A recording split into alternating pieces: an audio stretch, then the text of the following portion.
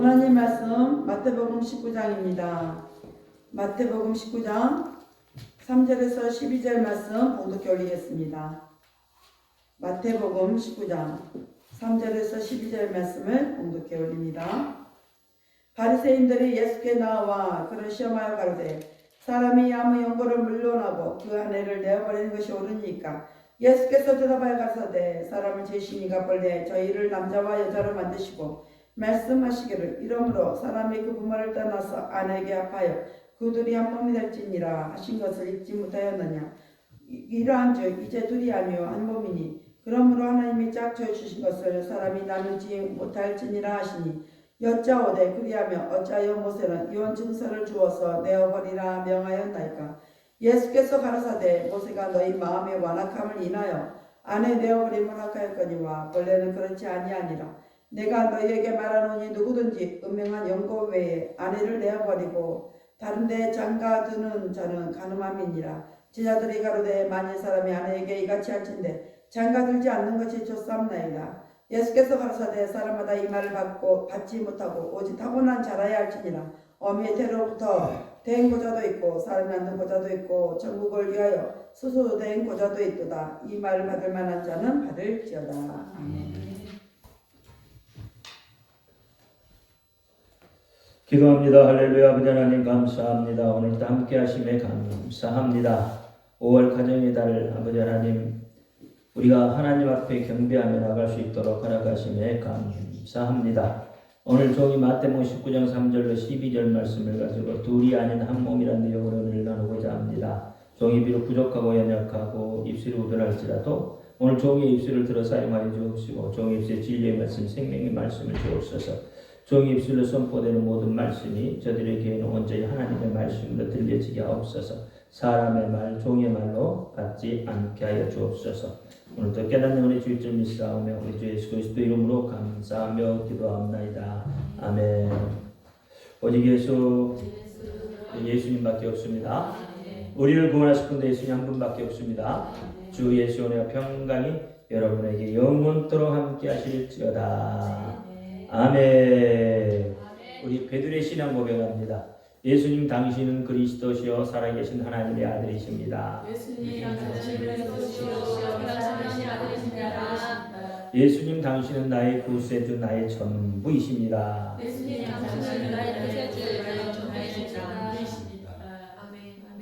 아멘. 오늘은 둘이 아닌 한 몸입니다. 둘이 아닌 5월은 가정의 달이라고 하죠. 가정의 중요성을 늘 이야기하고 있습니다. 하나님의 창조물 중에서 여러분 가장 고귀한 것이 어떤 것일까요? 사람입니다. 왜요? 아멘.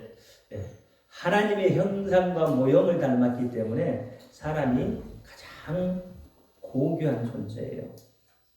창세기 1장 26절에 보니까 하나님이 가라사대 우리의 형상을 따라 우리의 모양대로 우리가 사람을 만들고 그로 바다의 고기와 공중의 새와 육축과 또 온 땅과 땅에 지는 모든 것을 다스리게 하자 하시고 하나님이 자기 형상 곧 하나님의 형상대로 사람을 창조하시되 남자와 여자를 창조하시고 이렇게 이야기하고 있습니다.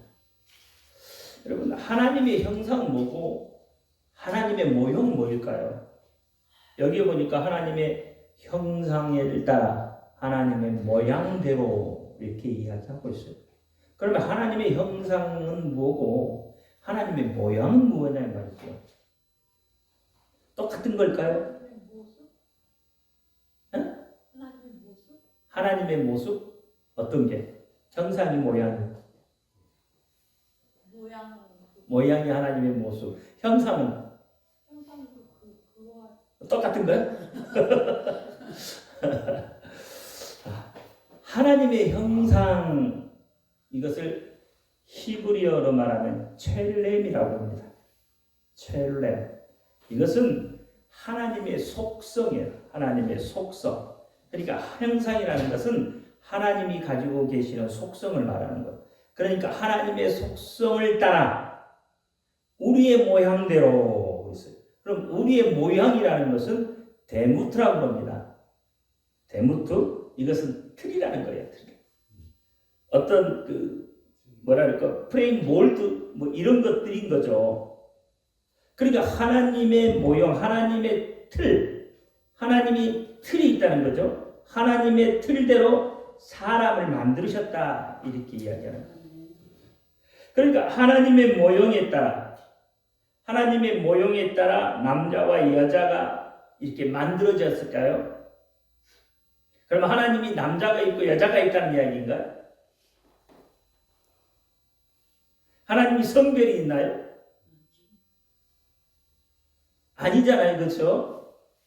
그러면 하나님이 우리의 모형에 따라 그러면 예수님의 모형, 하나의 모형이 있는 사람의 모형이 있는데 그게 예수님의 모형이라는 거예요. 똑같은 모양에서 계속 수많은 사람을 찍어내도 똑같은 모형이라는 거예요. 그러니까 우리는 사람은 예수님과 붕어빵이에요. 예수님의 모양을 닮은 예수님과 똑같은 붕어빵이에요. 남자가 됐든 여자가 됐든 예수님과 똑같이 닮은 모형이라는 거예요. 모형. 그 모형에 따라서 사람을 만드셨어요. 자, 그러면 성경에 보니까 뭐라고 그랬어요? 하나님은 먼저 여자를 만드셨어요? 남자를 만드셨어요? 남자를 만드셨고 여자는 남자를 통해서 만들어진 거예요. 그렇죠? 하나님이 여자를 따로 만든 게 아니에요. 그러니까 남자에서 뽑아내서 여자를 만든 거예요. 하나님이 여자를 만들고 남자를 만들어 놓고 여자를 만들어 놓고 따로따로 만든 게 아니라 남자를 만들어 놓고 그 속에서 빼내서 여자라는 존재를 만들어 놓은 거예요. 이해가 좀 되시나요? 네. 이 여자란 명칭은 하나님이 명명해 준 게 아니에요. 하나님이 정해 준 게 아니에요. 그럼 여자라는 명칭은 누가 정했어요? 아담이 정한 거예요. 아담이 그렇게 너는 여자야 라고 이야기한 거예요. 그러니까 아담의 몸에서 빠져나갔기 때문에 너는 여자다 라고 아담이 만든 거예요. 아담이 그 이름을 지어준 거예요. 성경에서 분명히 그렇게 말하고 있어요.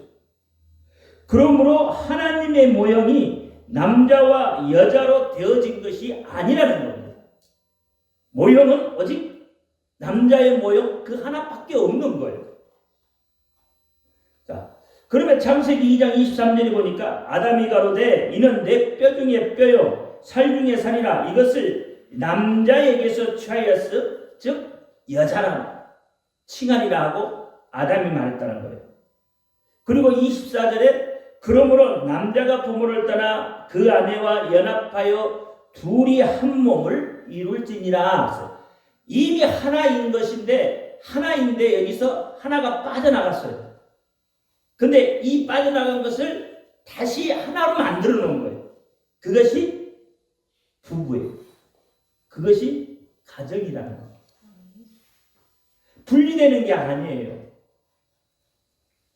이 남자와 여자는 가정이라는 테두리 안에서 하나이고 한 몸이다는 이야기입니다. 자, 그래서 아내는 자기의 뼈 중에 뼈고 살 중에 살로서 이것을 떼어낼 수 없는 그런 관계라는 거예요. 본문의 6절 말씀에 보면 이러한즉 이제 둘이 아니요 한 몸이니 그러므로 하나님이 짝지어 주신 것을 사람이 나누지 못할지니라. 그런데 왜 이혼하고 나누어지겠습니까? 하나님은 나누지 말라고 했는데 사람이 이혼하고 나누는 거예요. 8절 말씀에 보니까 예수께서 가라사대 모세가 너희의 마음의 완악함을 인하여 아내 내어버림을 허락하였거니와 본래는 그렇지 않다. 아내를 내어버리라고 하나님이 말씀하지 않았다는 거예요. 우리의 마음이 완악함 때문이라고 합니다. 그러니까 이 완악하다는 말은 자기 생각만을 강하게 고집하고 타인의 의견을 전혀 받아들이려고 하지 않는 그런 마음을 완악하다고 해요. 즉 거칠고 잔인하며 완고한 마음으로 말라 비틀어진 마음을 완악하다 이렇게 이야기하는 거예요. 그러니까 이혼하는 사람들은 대체적으로 다 자기의 다른 사람의 말을 들으려고 하지 않아요. 이미 그 마음속에 뭐가 있어요? 완악함이 자리를 찾고 있었기 때문에 그렇다는 거예요. 이혼과 갈라섬은 하나님의 본래의 뜻이 아닙니다. 분명히 그렇게 말씀하고 있어요. 단지 모세가 이혼 증서를 주고 갈라지게 하는 것은 더 큰 범죄를 막기 위한 수단으로서 그렇게 한 거예요. 사람이 완악해지면요, 얼마나 완악해지냐면 사람을 죽이기까지 한단 말이에요.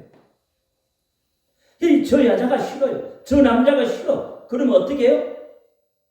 죽이려고 한단 말이에요. 그래서 그 범죄를 막기 위해서 이혼 증서를 써서 갈라지게 하는 거예요. 그러나 본래 하나님의 뜻은 그것이 아니었다는 거예요. 각자의 마음의 완악함, 잔인함으로 인해서 빚어진 결과가 이혼 증서인 거예요. 그것이 이혼이에요. 그리고 두 번째, 사람을 위하여 가장 아름다운 것을 만드셨는데 그것이 가정이라는 겁니다. 사람이 휴식을 취할 수 있고 가장 평안함을 느낄 수 있는 곳, 그것이 가정이라는 것이에요. 그런데 여러분, 가정에 돌아가서 정말 있기 싫고 정말 가족이 지옥 같다면 어떻게 되겠어요? 가정은 하나님의 창조물이에요. 창조의 꽃이고 영광인 거예요. 가정의 시작은 하나님의 창조의 결과이고 둘이 하나가 되는 연합입니다. 가정은 최초의 교회와도 같은 것이에요. 그러니 가정이 얼마나 귀한 것이냐는 말이에요. 가정이 얼마나 특별한 하나님의 축복의 장이냐는 거예요. 그러면 우리가 무엇보다도 소중하게 여겨야 할 것이 있다면 바로 가정이라는 공동체입니다. 그 무엇보다도 귀중한 것, 이 세상에서 천국의 모델로서 세워진 것이 바로 가정이에요. 가정에서 에너지를 충전하고 기쁨을 얻고 행복을 얻는 것입니다. 교회나 가정이나 그 공동체는 어떻게 보면 너무나도 닮은 꼴이에요. 가정이 없다면요, 여러분, 너와 내가 없는 거예요. 가정이 없으면요, 다음 세대가 없잖아요. 끊어져 버리잖아요. 그러니까 나중에 종국에 가서는 너도 없고 나도 없는 것이 되는 거예요. 자기의 미래도 없습니다. 그저 주어진 오늘 하루를 힘겹게 살아가는 것뿐이에요. 그저 쾌락을 추구하고 멸망의 길을 재촉해 갈 뿐이다 이 말입니다. 그리고 자기 소견에 좋을 대로 생각하고 행동해요. 그러니 인생이 얼마나 삭막해질 수밖에 없겠습니까? 무엇을 위해 돈을 벌고 무엇을 위해 살아가는지 그 방향조차도 잡을 수가 없습니다. 여러분, 가정을 갖지 않는 사람은 무엇을 위해 돈을 벌죠? 무엇 때문에 살아요? 어떻게 살아갑니까? 가정을 가진 사람은 나 외에 내가 책임져야 할 아내, 남편, 자녀 이런 사람들을 어떻게 해요? 어떻게 하면 더 행복하게 할까라는 생각, 그들을 어떻게 하면 케어하고 그들을 어떻게 하면 배골지 않게 만들어줄까라는 생각 때문에 여러분 힘들어도 참고 견디며 나가는 거잖아요. 근데 홀로 살면 책임질 사람이 없잖아요. 부양해야 할 가족이 없잖아요. 그러면 돈을 뭐 때문에 벌죠? 그냥 잘 먹고 잘 살다가 그냥 죽으면 끝나는 건가요? 여러분, 그런 인생이 되지 맙시다. 자기가 책임질 수 있는 사람, 뭔가가 자기에게 주어진 것, 그것은 참 복된 것이에요. 그래서 마지막으로 홀로 외로이 고독하게 생을 마감하게 되는 것, 이것을 우리는 뭐라고 그래요? 고독사라고. 누가 죽었는지 살았는지도 몰라. 내가 죽었는지 살았는지 고통받는지 누가 나를 위로해 줄 사람 하나도 없어. 그래도 힘들면 내 가족이 나를 위로하고. 이 모든 것이 어디서부터 오는 것입니까? 바로 가정이 무너지는 데서부터 오는 것이에요. 가정의 파괴는 모든 불행의 시작이 되는 겁니다. 그래서 마귀는요, 가장 먼저 사람을 타락시키고 가정을 무너뜨리는 거예요. 이것은 교회도 마찬가지입니다. 세상의 윤리와 도덕의 최후의 보류가 어딘지 알아요? 교회입니다.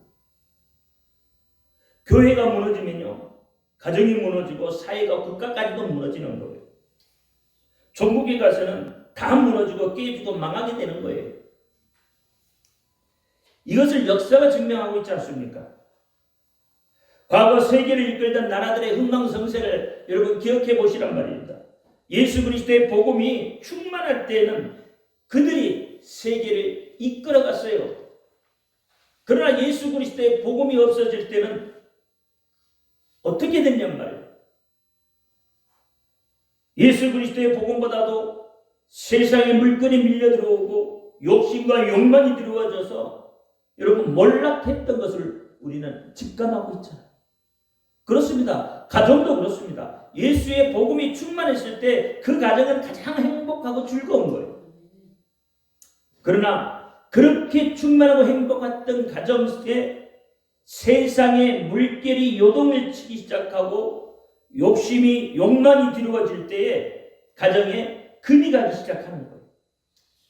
말씀보다 기도보다 더 세상 낫기 즐겁고 재물에 눈이 멀어지고 이성에 눈이 충혈될 때에 가정은 무너지는 겁니다. 이번에 제가 미국 가서 라스베가스라는 곳을 갔어요. 라스베가스는 환락의 도시라고 해요. 환락의 도시. 딱 그곳에 발을 딛는데요, 벌써 마약 냄새로 인해서요 숨을 쉴 수가 없을 정도. 조금 오래 맡았더니요, 그 냄새가 좀 어지러워서 쓰러질 것 같았어요. 거기는 마약이 합법화되어 있어요. 마리아나 같은 거 이런 것들은 합법화되어 있어요. 누구나 다 필 수 있고요. 도박은 24시간 열려 있어요. 아무 때나 들어가서 도박해도 돼요. 어떤 주는요, 여러분 800달러까지는 훔쳐도 법에 저촉이 안 된대요. 800달러까지는 용서해 준대요. 왜 그러냐 그랬더니 너무 많아서 감옥에서 다 수용할 수 없대요. 그래서 호구지책으로 어떻게 해요? 궁여지책으로 800달러까지는 용서를 해준대요. 여러분 800달러면 돈이 얼마인지 아세요? 우리나라 돈은 100만 원이 넘어요. 그러니 이런 환락의 도시에서 그들이 온전한 정신으로 살아갈 수 있겠냔 말이에요. 그런 곳에 무슨 윤리 도덕이 통하겠습니까? 오직 욕심과 욕망이 가득 찬 곳일 뿐입니다. 2번 다시는 그곳에 안 간다고 했어요. 마지막 때를 살아가는 지금 이 시대의 풍조를 보면 정말 안타깝습니다. 여러분, 가정에서 웃음소리가 사라지고요, 신음소리, 탄식하는 소리만 절절히 새어나오니까 여러분 모두가 다 병 들어가고 있는 거예요. 그러므로 무너져가는 이 가정을 우리가 다시 세워야 합니다. 말씀으로, 믿음으로, 기도로, 찬양으로 다시 세워가야 해요. 이것이 혼자 힘으로 되겠습니까? 둘이 한 마음으로, 한 몸으로 이루어 가야 할 것입니다. 조금 마음에 들지 않아도 여러분 참아줄 수 있어야 되고요. 이해해 줄 수 있어야 되고 보듬어 줄 수 있어야 돼요. 책망하기에 앞서서 잠잠히 기다려 줄 수도 있어야 됩니다. 여러분 잔소리하기보다도 솔선수범함으로 인해서 이해하고 본을 보여주는 그런 배려가 필요한 거예요. 그래야 가정이 되살아납니다. 여러분 잔소리 많이 한다고요 가정이 되살아나는 거 아니에요. 잔소리 많이 한다고요 자녀들이 변하는 거 아니에요. 그러면 그들이 보고 변할 수 있도록 기다려주는 거예요. 잔소리 많이 할 필요 없습니다. 스스로가 알아서 해요. 잔소리는요 야만한 아기 때 하는 거예요. 아기 때. 아기 때. 어린이 돼버리면요 여러분 잔소리해도 먹지도 않아요. 니는 해라 나는 들으란다 그래. 아무런 도움이 안 돼요. 그냥 잔소리하지 말고요 여러분 그냥 가만히 묵묵히 바라만 봐요. 그러면 가정이 편안해져요. 화목해져요. 근데 이게 마음에 안 든다고 여러분 잔소리하기 시작해봐요. 서로 뭐만 생겨요? 반목만 생겨요.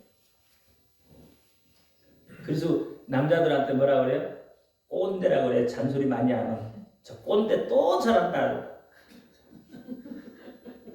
그렇잖아요.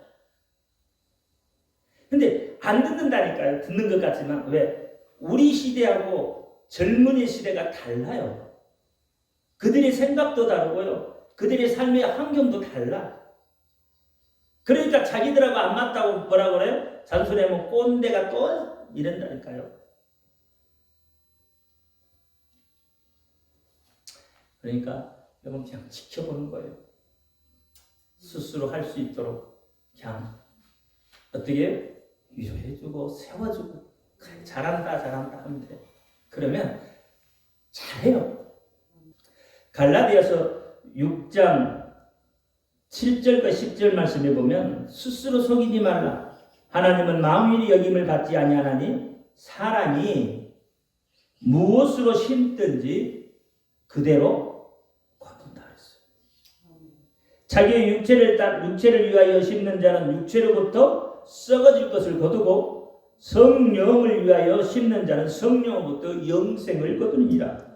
우리가 선을 행하되 낙심하지 말지니 피곤하지 아니하면 때가 이름에 거두리라. 그러므로 우리는 귀에 있는 대로 모든 이에게 착한 일을 하되 더욱 믿음의 가정들에게 할지니라 했어요. 제가 이 말씀을 보면서요 사람이 무엇을 심든지 그대로 거두리라 했어요.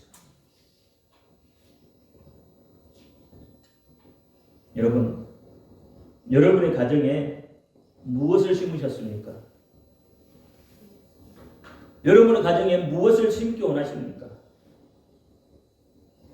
지금까지 내가 원망이라는 것을 심으셨습니까? 불평을 심으셨습니까? 쓸데없는 잔소리로 불만을 심고 위압감을 심으셨습니까? 그러면 그곳에서 어떤 열매가 나오게 될까요? 가정에 어떤 열매가 맺혀지게 될까요? 가정에 원망을 심고 불평을 심고 불만을 심고 위압감을 심고 잔소리와 불신을 심었는데 좋은 열매가 맺혀질까요? 절대로 좋은 열매가 맺혀질 수 없습니다. 맺혀지는 것은요 주눅이 맺혀져요. 어디 밖에 나가세요 당당하지 못하고 늘 주눅 들어있어요. 거짓말이 맺혀지고요 편견이 맺혀지고 도둑질이 맺혀지는 거예요. 이런 열매만 맺혀지게 되는 거예요. 반목의 열매 외에 다른 어떤 열매도 맺혀지지 않습니다. 마태복음 7장 16절 17절에 그의 열매로 그들을 알지니 가시나무에서 포도를 또는 엉겅퀴에서 무화과를 떼겠느냐? 이와 같이 좋은 나무마다 아름다운 열매를 맺고 못된 나무가 나쁜 열매를 맺나니 좋은 나무가 나쁜 열매를 맺을 수 없고 못된 나무가 아름다운 열매를 맺을 수 없느니라 라고 말씀하고 있습니다. 가시나무가 어떤 나무입니까? 또 엉겅퀴는 어떤 식물이죠? 둘 다 가시가 있고 독이 있어요. 이 둘 다 가까이 접근할 수 있는 그런 나무는 아니잖아요. 이런 것에 접근하다 보면 어떻게 가시에 찔리고 상처를 입지 않습니까? 가정에 이런 가시가 있고 독이 있는데 어떻게 그 가정에 웃음꽃이 필 수 있겠습니까? 어떻게 바른 가정, 행복한 가정이 될 수 있겠냔 말이에요. 아름다운 대화가 이루어질 수 있겠습니까? 어떻게 자녀들이 비전을 가지고 꿈을 꿀 수 있겠습니까? 말끝마다 가시가 박혀 있고 독이 들어 있고 웃을 수가 없는데 이런 가정에는 임박한 진노만 있다고 이야기해요. 마태복음 3장 7절에 독사의 자식들아 누가 너희를 가르쳐 임박한 진노를 피하려 하더냐? 그러므로 회개에 합당한 열매를 먹고 그랬어요. 여러분 지금까지 그랬다면 이제는 회개에 합당한 열매를 맺기 바랍니다. 이미 도끼가 나무 뿌리에 놓였으니 좋은 열매 맺지 아니하는 나무마다 찍어 불에 던지우리라 그랬어요. 또 손에 피를 들고 자기의 타작마당을 정하게 하사 알곡과 곡간이 들이고 쭉정이는 꺼지지 않는 불에 태우신다고 했어요. 이렇게 안 되려면 여러분 어떻게 해야 되죠? 입술에 가시를 떼어내야 됩니다. 독을 제거해야 합니다. 예수의 이름으로 참고 인내하며 부단히 노력해야 합니다.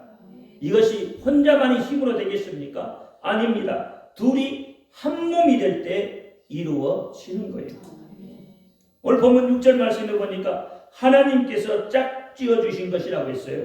그런데 이제 둘이 아니요 한 몸이니 그러므로 하나님이 짝지어 주신 것을 사람이 나누지 못할지니라. 하나님께서 개입하시고 하나님께서 부부가 되게 하셨어요. 하나님께서 그 가정을 세우셨어요. 이것을 확신하고 우리의 가정을 바로 세워가야 해요. 지금부터라도 서로를 바라보면서 바로 세워가야 합니다. 이전 것은 다 지나갔습니다. 그러면 예수님께서 새 일을 행하실 거예요.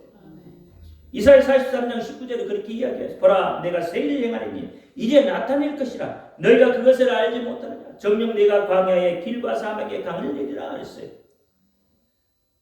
광야 같은 가정, 메말라버린 가정에 길을 내신다는 거예요.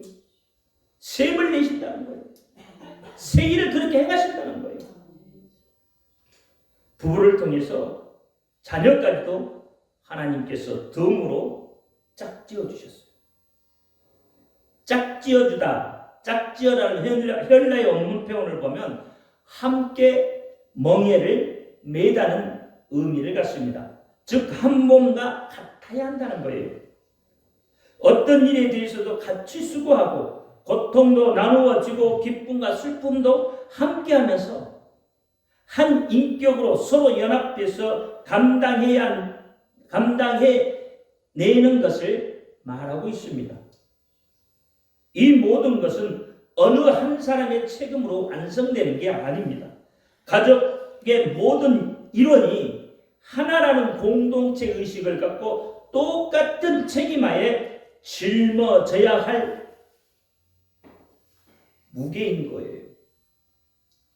그래서 가족은 하나가 아니라 둘 이상이 연대하고 연합하여 아름다운 하나가 되는 아름다운 가정을 이루어가는 겁니다.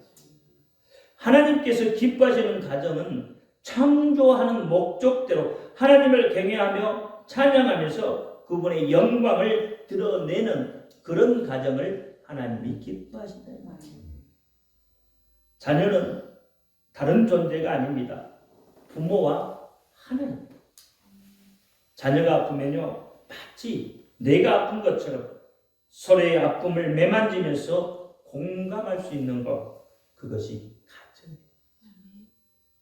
마치 한 세 사람으로 지어져 가는 것과 같습니다. 여러분, 에베소서 2장 11절 말씀 한번 펴보시죠. 마지막 절까지 같이 한번 읽습니다. 한 분씩 교독합니다. 그러므로 생각하라. 너희는 그때 육체로 이방인이요 손으로 육체에 대한 할례당이라 칭하는 자에게 무할례당이라 칭함을 받는 자들이라. 그때 너희는 그리스도 밖에 있었고 이스라엘 나라 밖의 사람이라. 약속의 언약들에 대하여 외인이요 세상에서 소망이 없고 하나님도 없는 자이더니 이제는 전에 멀리 있던 너희가 그리스도 예수 안에서 그리스도의 피로 가까워졌느니라. 그는 우리의 형편이시라. 돌로 하나를 만드사 중간에 같은 땅을 하시고 원수된 것 곧 의문에 속한 계명의 율법을 자기 육체로 폐하셨으니 이는 이둘로 자기 안에서 한 세 사람을 지어 화평하게 하시고 또 십자가로 이 둘을 한 몸으로 하나님과 화목하게 하려 하심이라. 원수된 것을 십자가로 소멸하시고 또 오셔서 먼데 있는 너희에게 평안을 전하고 가까운 데 있는 자들에게 평안을 전하셨으니 이는 저로 말미암아 우리 둘이 한 성령 안에서 아버지께 나아감을 얻게 하려 하심이라. 이러므로 이제부터 너희가 외인도 아니요 손도 아니요 오직 성도들과 동일한 시민이요 하나님의 권석이라. 너희는 사도들과 선지자들의 터 위에 세우심을 입은 자라. 그리스도 예수께서 친히 몸뚱이 돌이 되셨느니라. 그의 안에서 건물마다 서로 연결하여 주 안에서 성전이 되어가고 너희도 성령 안에서 하나님의 거하실 초소가 되기 위하여 예수 안에서 함께 지어져 가느니라 했어요. 지금까지요, 여러분 분열이 되었고 사랑이 식어졌고 미움이 싹 텄다면 이제 새롭게 변모되어야 합니다. 각자를 일으켜 세워주고 이해하며 하나 되기를 간구하면서 예수 그리스도 안에서 새롭게 돼서 한 세 사람으로 함께 지어져 가야 하는 거예요. 이것이 마지막 이 시대를 살려내는 하나님의 뜻이고 하나님의 사랑인 겁니다. 둘이 한 몸을 이루어가는 그런 복된 가정을 이루시기를 예수의 이름으로 축원합니다. 기도합니다. 할렐루야. 아버지 하나님 감사합니다. 오늘 아버지는 둘이 아닌 한 몸이라고 했습니다. 아버지 하나님, 우리가 그동안에 우리의 마음의 완악함 때문에 서로 반목하고 미워하고 또 이해하지 못하고 자기의 주장만 자기의 생각만 내세웠습니다. 그러나 우리가 둘이 아니고 하나인 것을 오늘 말씀을 통해 깨닫습니다. 이제 하나인 것 우리가 서로 인식하게 하시고 서로 보듬으며 서로 사랑하며 아름다운 가정, 웃음꽃이 피는 가정, 행복한 가정을 이루어낼 수 있도록 하나님 도와 주옵소서. 예수 그리스도 이름으로 감사하며 축복하며 기도합니다. 아멘.